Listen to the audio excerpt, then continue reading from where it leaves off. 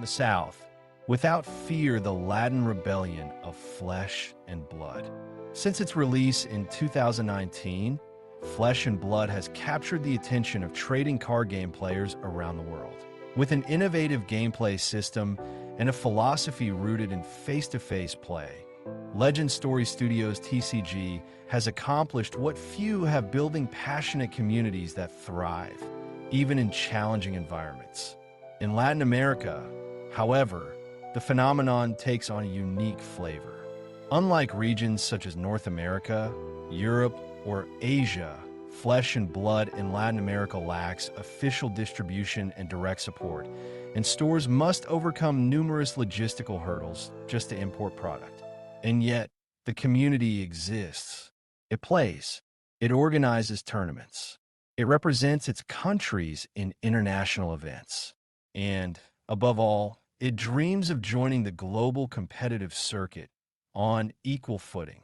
Despite the absence of official support, several countries across Latin America have achieved something remarkable, building and growing active flesh and blood communities through pure passion, effort, and love for the game. What began as casual gatherings among friends or small learn-to-play events has now evolved into organized scenes with weekly tournaments, special events, and players competing on the international stage. Each community has found its own way to grow, to overcome challenges, and to stay united, proving that the real driving force behind the game is its people. Let's take a closer look at some of these inspiring stories from different corners of LATAM, where Flesh and Blood has found a home. Uruguay against all odds, a community that doesn't give up. In Montevideo, Uruguay, far from the major hubs of the TCG world, a passionate group of players has built a flesh and blood community from the ground up. It all began around the time of Tales of Aria, when two people discovered the game and decided to share it with their friends. Without official kits, promos, or tournaments, they used what they had: a few Ira decks and a strong desire to teach. The community grew from 8 initial friends into a steady group of 20 to 24 active players. They organized themselves, lending decks, teaching the rules through video calls, creating inclusive spaces for new players, and promoting the game on social media. Conviction made up for the lack of resources. Today, the community remains strong. Access to formats like Classic Constructed is still a challenge due to availability and cost, but the passion hasn't faded. Players have represented Uruguay in tournaments in Chile and Sao Paulo, proudly carrying the spirit of their entire community. Uruguay proves that when there is passion, organization, and collective will, a local scene can not only grow but thrive, even in the most difficult conditions. This isn't just a group that plays, it's a community that believes, endures, and builds.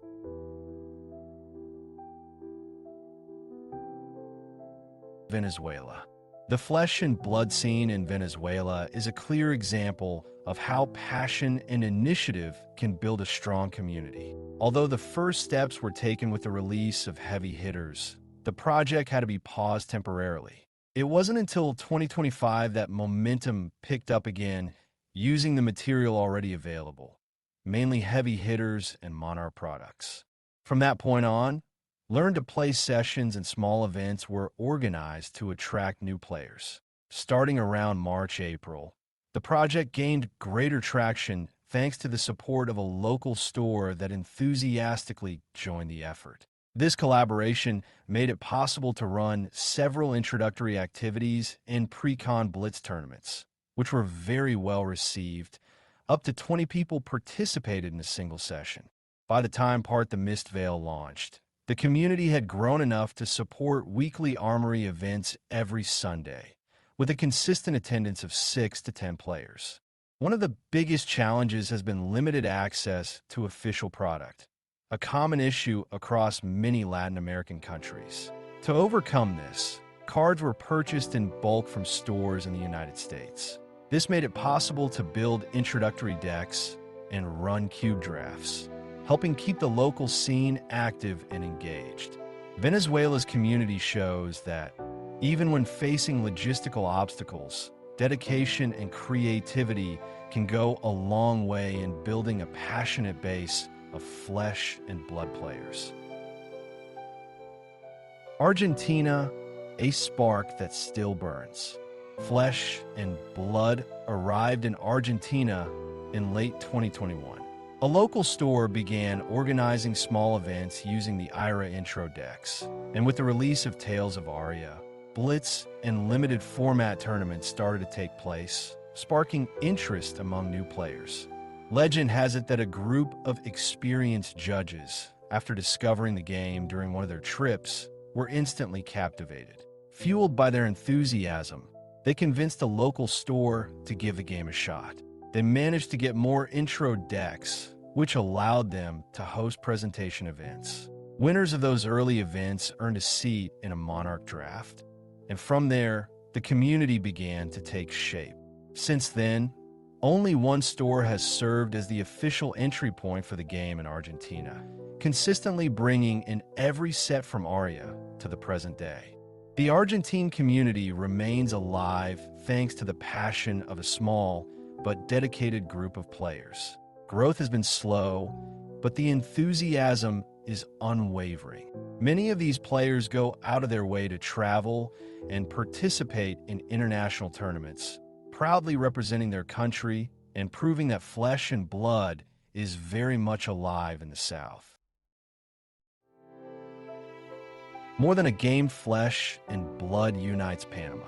The Flesh and Blood community in Panama is a shining example of how passion and organization can shape a solid, steadily growing scene.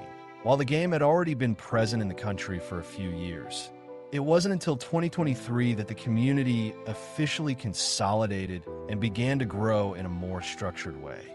The growth was organic. It all started with workshops aimed at attracting new players. Over time, the community evolved into hosting weekly Blitz tournaments and eventually, driven by collective enthusiasm, naturally transitioned into the classic constructed format. Today, these weekly events consistently attract at least 10 participants, a testament to the group's commitment and dedication. Panama's scene stands out for its diversity of player profiles and play styles, making every competitive match a rich and dynamic experience. The country is also home to certified judges who have represented Panama at international events, as well as players who have traveled abroad to experience high-level Flesh and Blood tournaments firsthand. Panama doesn't just play Flesh and Blood. It lives it, promotes it, and defends it, proudly standing as part of the growing movement that is transforming the presence of the game across Latin America. Colombia, a community that doesn't wait for permission to grow. In the heart of Cali, Colombia, a small store has become the home of a passionate Flesh and Blood community. What started as a group of friends testing decks has, in just 1 year, evolved into a vibrant group of over 30 active players. Since then, local tournaments have been organized regularly. Each week, players face off in formats like Classic Constructed, Living Legend, and Blitz. But beyond the results, they've shared first victories, tactical discoveries, and the excitement of watching new players master their dream decks. Competing, teaching, growing, dreaming. Colombia believes in Flesh and Blood. It believes in its community. Costa Rica, a community built on effort. Flesh and Blood arrived in Costa Rica in 2022, driven by players searching for a more dynamic and engaging TCG experience. While there had been an initial attempt to introduce the game in 2021, it wasn't until the following year that the community truly began to take shape. With the release of Uprising as a starting point, a small group of dedicated fans began building a community across several local stores. From the beginning, their mission was clear: teach the game, share cards, and support new players. Everything was done on a fully volunteer basis, fueled by a deep love for the game and the desire to help others discover it. Thanks to this collective commitment, growth quickly followed. Today, regular armory events are held. No small feat in a region with limited resources. And in 2025, the Costa Rican community celebrated two major milestones: their first official skirmish and their first pro quest. They move forward step by step, but with determination. And they do it with a smile. Chile from the end of the world, a community that never stopped dreaming. Chile, the southernmost country in the world, saw the birth of its flesh and blood community in 2021, right between the releases of Monarch and Tales of Aria. Back then, only 4 people attended the very first armory event. Just 4, but that was enough. Because when there's passion, even the smallest spark can ignite a fire that changes everything. Now, in 2025, that fire burns stronger than ever. The Chilean scene has surpassed all expectations. Over 200 armories held, regular participation in skirmish, pro quest, and world qualifiers, and players from different cities united under one banner: the love for the game. Every tournament, every draft, every afternoon teaching someone new is a declaration of commitment, a reminder that no one here gives up. And this year, the dream goes even further. 2 Chilean players will travel to the United States to represent their country at the World Championship. They're not just bringing tuned decks and solid strategies. They're carrying the effort of every community that shared cards when product was scarce, that learned the rules through English videos, that ran events with whatever they had. They carry the heart of everyone. Chile's story is one of many across Latin America. A story written not with resources, but with soul. A story where distance doesn't matter, where every win, big or small, is celebrated as a collective triumph. From the farthest corner of the map, Chile proves that dreams can also be built with cards. And when a community believes, fights, and stays together, no place is too far to reach the impossible.